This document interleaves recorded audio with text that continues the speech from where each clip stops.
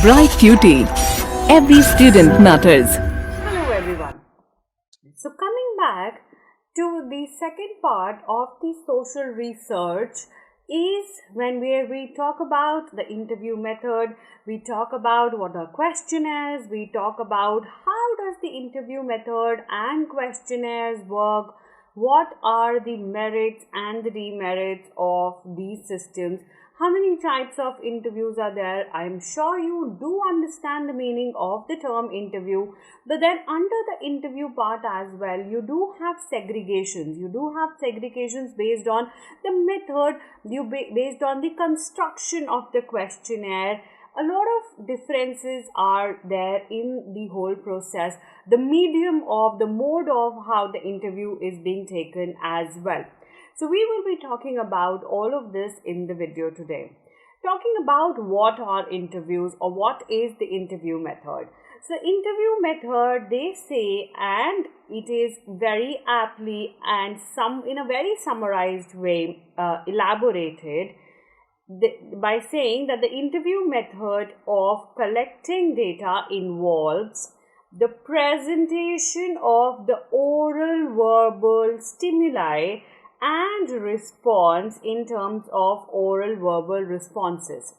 You and me are in conversation. I am wanting to take an interview from you. I am wanting to understand maybe how are your classes going on, how are you finding your online structure, what are the challenges that you're facing in there, what all are you missing from your normal structure. All of these things together, when I'm having an interaction with you, when I am having a structured questionnaire in my mind, when I know what am I going to ask, when I know in what sequence am I going to ask all of these things, makes a form of the interview. And when all of that data is collected and presented, so I am in a way presenting the oral verbal stimuli as in the reaction, as in the responses that I got from you. So when I am presenting those oral verbal stimuli that we have, or the responses that you gave me, or the replies that you gave me in terms of the oral verbal responses, is what includes in the interview method per se. So it is a part of interaction. It may be a part of it is generally and majorly a verbal communication which has a pattern, which has a structure, and which has the responses being presented and analyzed further on for the social research process. So this is what your interview method has. Now talking about the types of interviews or the interview methods. The first and foremost that we are talking about is the personal interview method.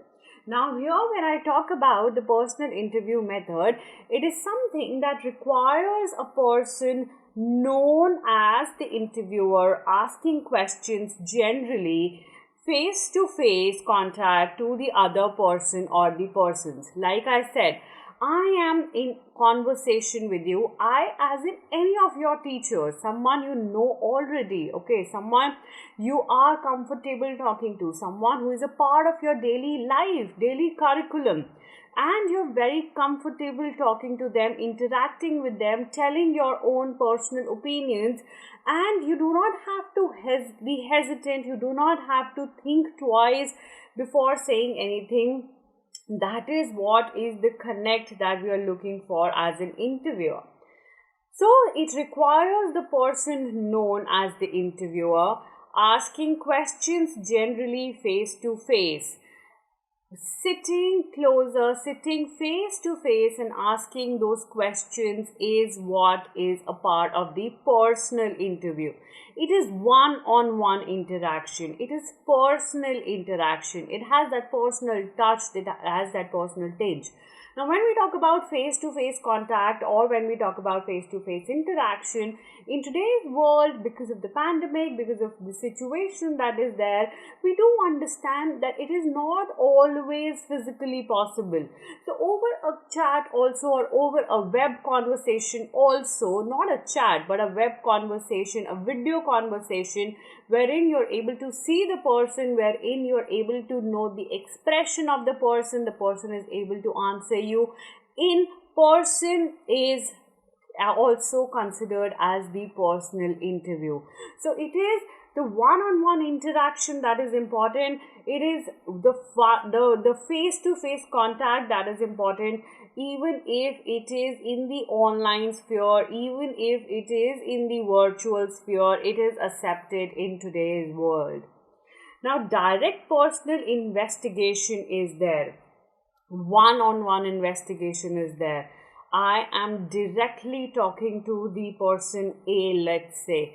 I am just talking in that particular context. I am just trying to have the personal understanding of the questions that I have from that person. It has nothing to do as such with what the world doing is around, with what's happening, but it is a personal investigation, a personal level. It is something like a doctor asking the patient about how is the person doing, or what problems are the person facing. It is a personal investigation. The doctor is asking you, whatever you are feeling, whatever your body is feeling, is something that only you can explain to the doctor and no one else. So it is a direct, exactly in the same way, it is a direct personal investigation. The interviewer has to collect the information personally and to be there on the spot, and has to meet people suitable for, and it is suitable for intensive investigation. So the person who's there has to be available, has to meet the person in personal, because it is the one-on-one conversation. It is the conversation wherein you are required in person and no one else. Because like I said, taking an example of the doctor and the patient, even if the child tells the parents of how is he feeling or how is she feeling, and the parents want to translate it to the doctor, there are a lot of things that might be misinterpreted, or there are a lot of things that the parents would be interpreting or telling in their own way possible. So in the same way, it does not become a part of the direct personal investigation. The personal investigation is generally and is definitely there, wherein the person is there face to face and on the spot present and has to meet the people around them. Generally, it is said it is suitable for intensive investigation. When you are intensively wanting to investigate, when you are in having that connect, or having that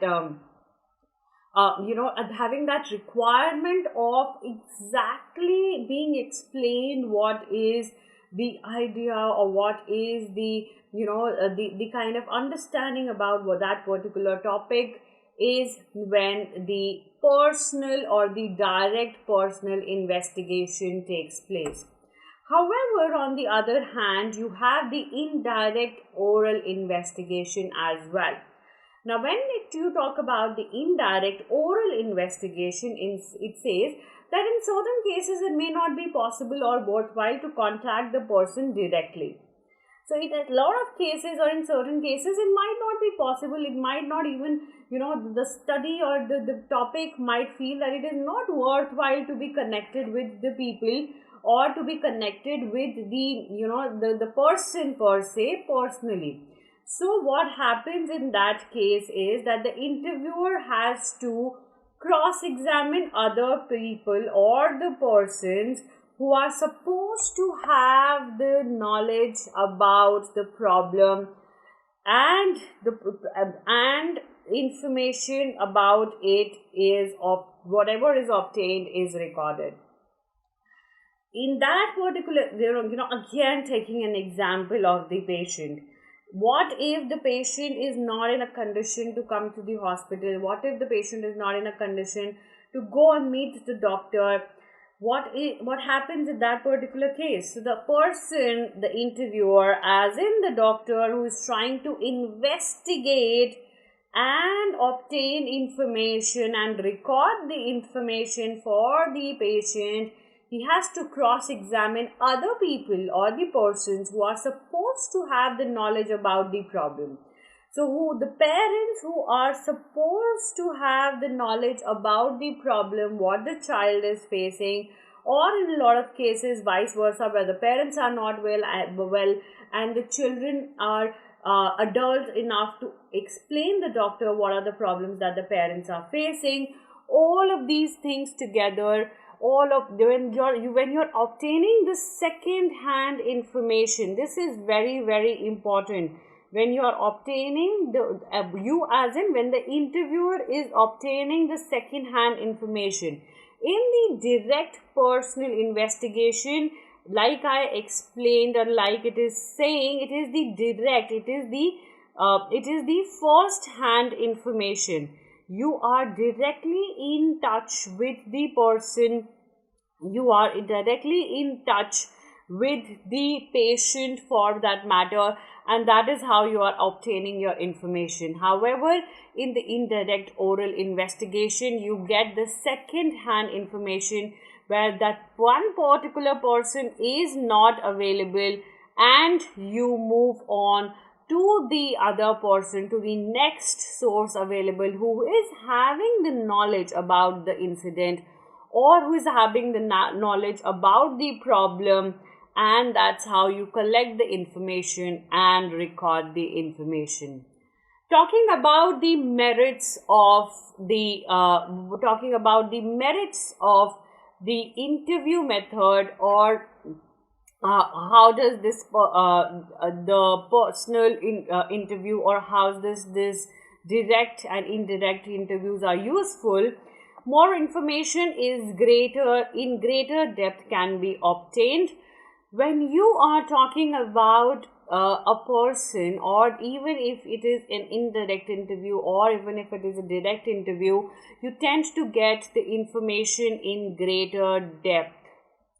You tend to have the first hand or max the second hand information or knowledge about things, and that is how it makes it of greater depth.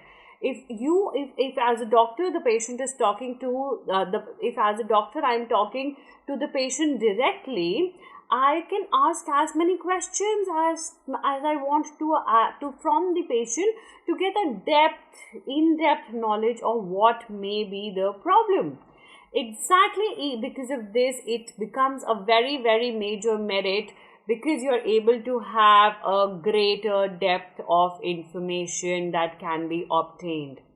It is the greater flexibility to restructure the questions.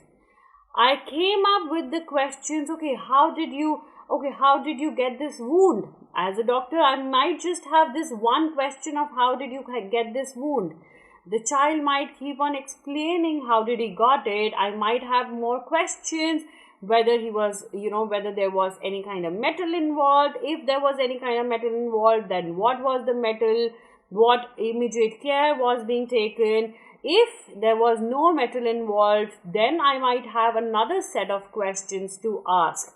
Exactly because of this, it is flexible, and the questions can be restructured. That is very, very important part. I don't have everything written anywhere. I have all of those things in my mind. When I have all of those things in my mind, I can at any point of time restructure those questions depending upon, very, very important. It is not something that, I just wish to, restructure it, so I'm doing it. It is depending upon the responses of the person who is being interviewed that I restructure my questions. Again, a very, very important merit. The language of the interview can be adapted to the ability or the educational qualification of the person interviewed. The language is again a flexible part. If I'm talking to someone very elite, And if I'm talking to someone who understands English, like I'm talking to you people, I will use the language of my investigation which you are comfortable with and which I am comfortable with as well. However, if I tend to talk to someone who's not very comfortable with English as a language, I might have to see, I might have to mold my language, I might have to change my language as per the ability of the person to understand. It may not just be the language, it may also be the terminologies that I'm using. The terminologies that I'm using might also change depending upon the educational level of the person who is being interviewed. This is again a very, very major merit that we have. Last but not the least, can collect supplementary information as well. Just talking about the wound is something which is the primary and the mandatory information. The supplementary information may also include if you have any other ailment or are you allergic to any of the medicines or any of the salts. Have you undergone any of these surgeries before? Are you allergic to any any of the major reactionary medicines? All of these things are supplementary information. Is your BP always normal? Do you intake any medication? Or was it damp? Was the situation, the environment, or rather the place that where you fall, was it having any kind of a sand or dust, anything? All of these become a part of the supplementary information. You can gather as much information as you want from the interviewer directly, so that you are able to build up, or so that you are able to obtain as much information as you want for you to help in the part of analysis. That is again a very, very, very major merit of a research methodology. So this is how the merits are being explained. However, like we said, like I've talked about, every coin has two sides. You have demerits as well. Demerits being, it is one, an expensive method. Why expensive? Because in case you have to be widely spread geographically, sample is to be taken, it will take a lot of effort, it will take a lot of economical support, it will take a lot of time as well, wherein they say it is more time consuming. So it is expensive, one, because if you want someone from if you want someone from Afghanistan to answer your questions, and if you want someone from Sri Lanka to answer your questions, and if you want someone from India to answer your questions, and that too in person, under this in this interview process, which is generally a physically face on face contact, it will be expensive for you to travel, it will be expensive for you to reach out to the people, and exactly because of the same reason, it will be very time consuming. So this is what it has, or this is what it is about the interview method, rather the personal interview method, not just about the interview method, the personal interview method. Now, to rule out all of these challenges also, you have telephone interviews as well. It is that you are contacting the person on the telephone itself, and it is not a very widely used method. It is not a very widely used method, because if you have to contact the person over the telephone only, it does not give you that one-on-one feel, it does not give you that understanding, it does not give you that much of time to understand the perspective of the person, or to understand a lot of things from the gestures of the person as well. Talking about the merits and the demerits, obviously with the merits that we see It is a faster way of doing things. Obviously, it is faster, it is less time consuming. Recall is easy. With technology, these days, even the telephone calls can be recorded. So the recordings can be very, very helpful in the recalling the interview, in recalling what was being talked about. Callbacks are simple and economical. You just feel like talking, oh, I forgot this question, oh, I forgot to ask this aspect. It is very easy for you to call back, it is very simple for you to call back, and also economical.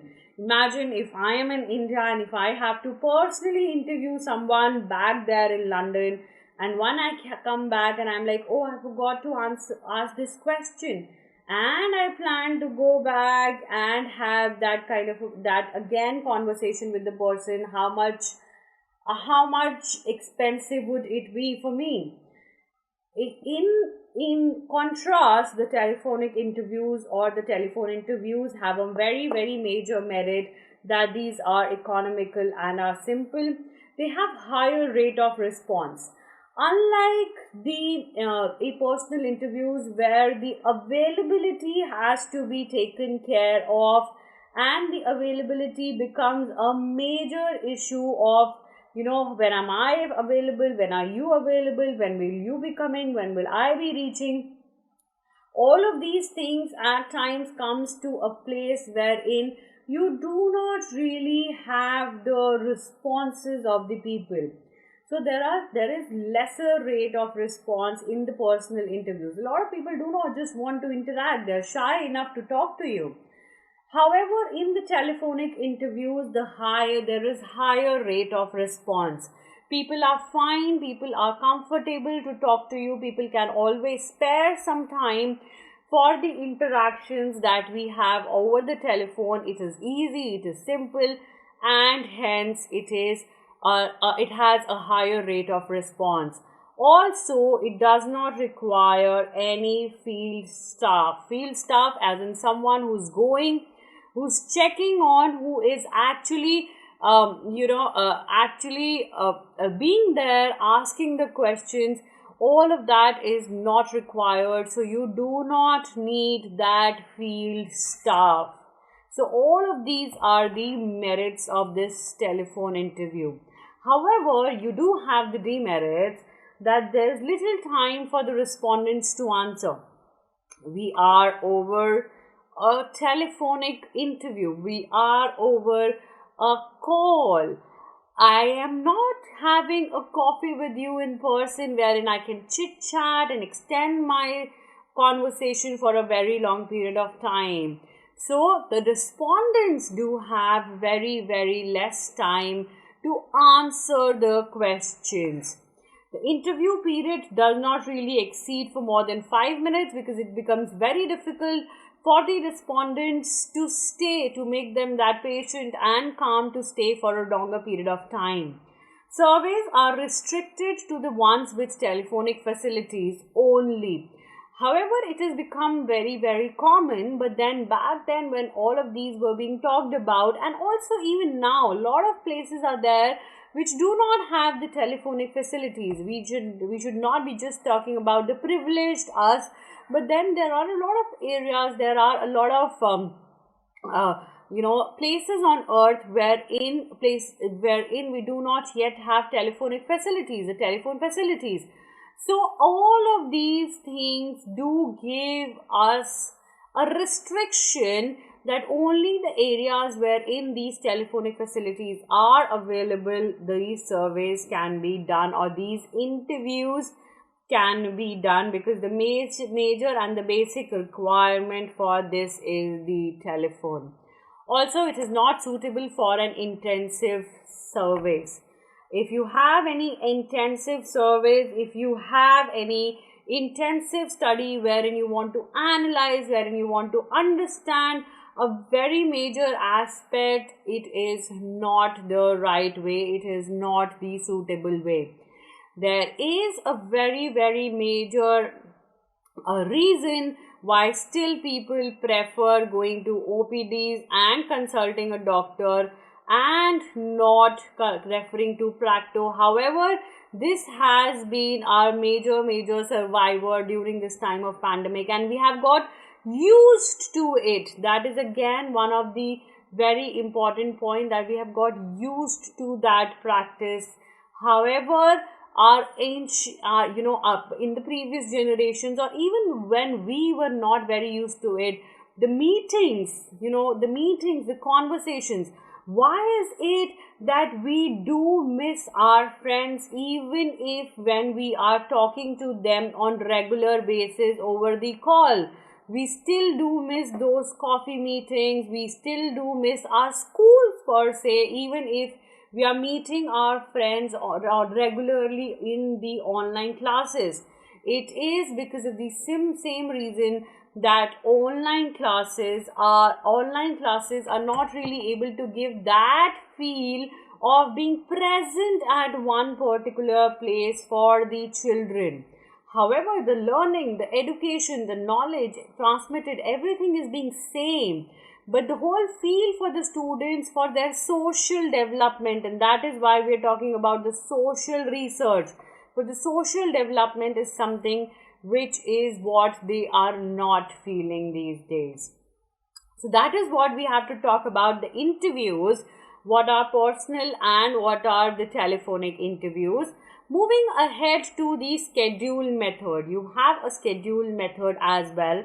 Now, what is a schedule? It is the proforma containing a set of questions.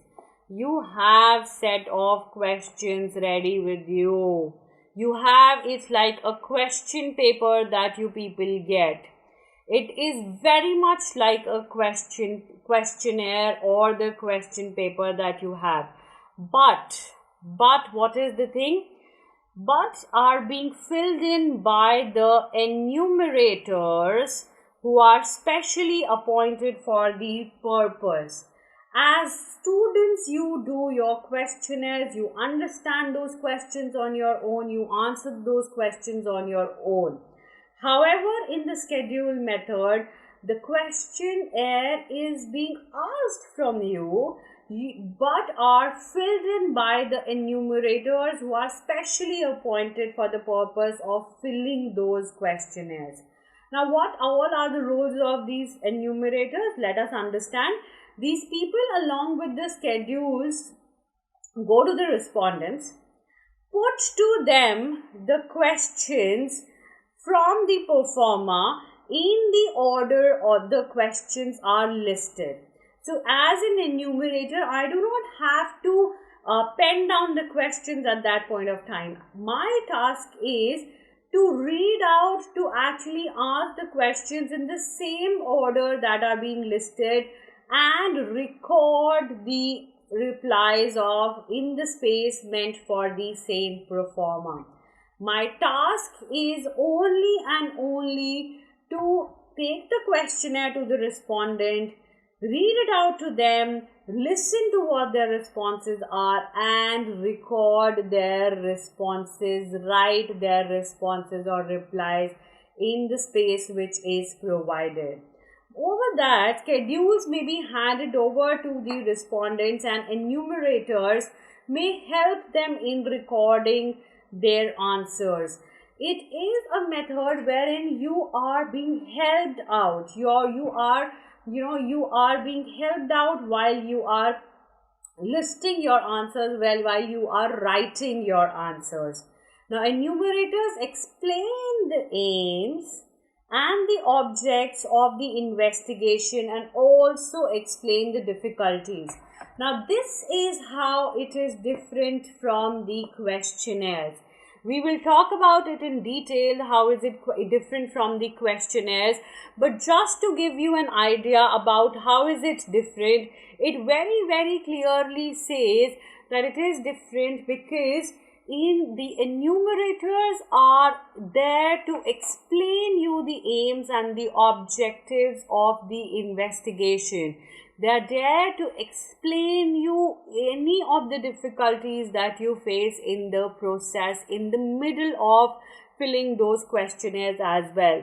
They can translate those questionnaires as well in case you are not able to understand. They can give you an explanation of some word, some kind of phrase that you're not able to understand, and that is what their job is, and that is how a schedule method works. Let's see, it requires a very, very careful selection of the enumerators. Very careful selection of the enumerators, and let's see what all is required under that. They should be properly trained. The enumerators should be properly trained on when to help and to what extent should they be helping. This is very, very important. What extent should they be helping is very important, because I shouldn't be, as an enumerator, I shouldn't be giving you the answers. I should just be explaining you the context behind it. I shouldn't be actually, kind of helping you or taking you or kind of hand holding you to reach that particular answer. I should just be guiding you through the question and help you with all the problems that you face in the question and not really related to the answer. The answer should always remain yours, and that's how it will be fair kind of investigation. They explain the nature and the scope of investigation. Obviously, why are you doing it? How is it helpful for you? How much of an understanding of this will help you or me in the research process. All of these things are some things that they should be able to explain to the interviewer or to the person who is filling those, or who is attempting, who is being a part of that schedule method. They should be intelligent and possess the capacity of cross-examination in order to find out the truth. Though you have set questionnaires there, but when you are probing them, when you are kind of helping the people reach to those answers or understand the meaning of those questions, it is when these people have to be very intelligently and very smartly be able to cross-examine you with the words or with the things that you are trying to say and come to a conclusion.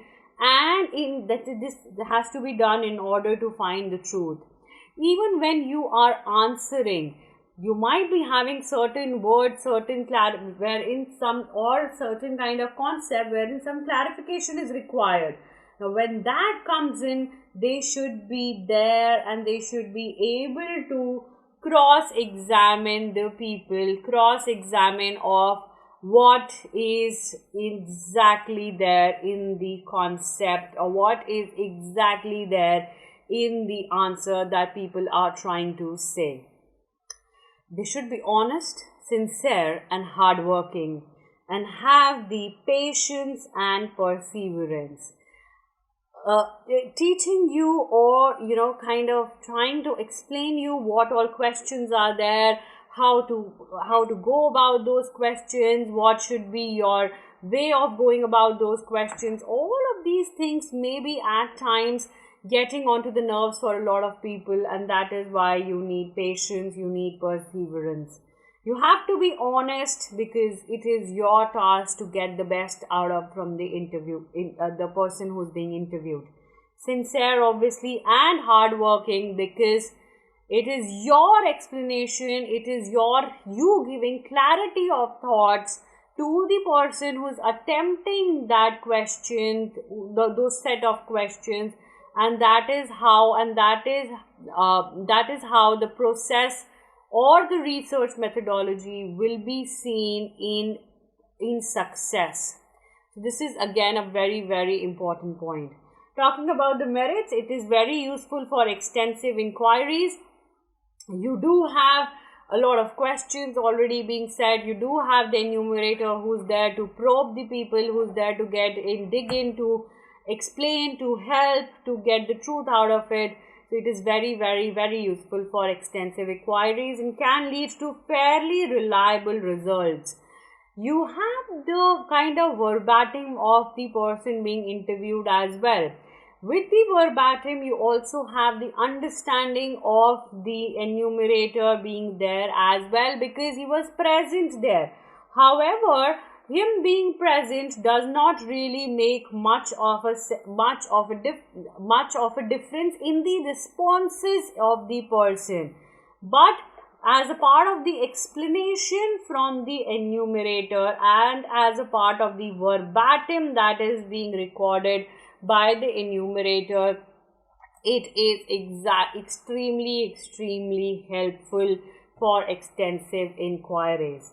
Moving on to the demerit, it's very expensive because you would have to hire the best quality of enumerators. Then they would have to travel from one person to another, and then it is time consuming because they would have to be present for each of the person or the people who are attempting those.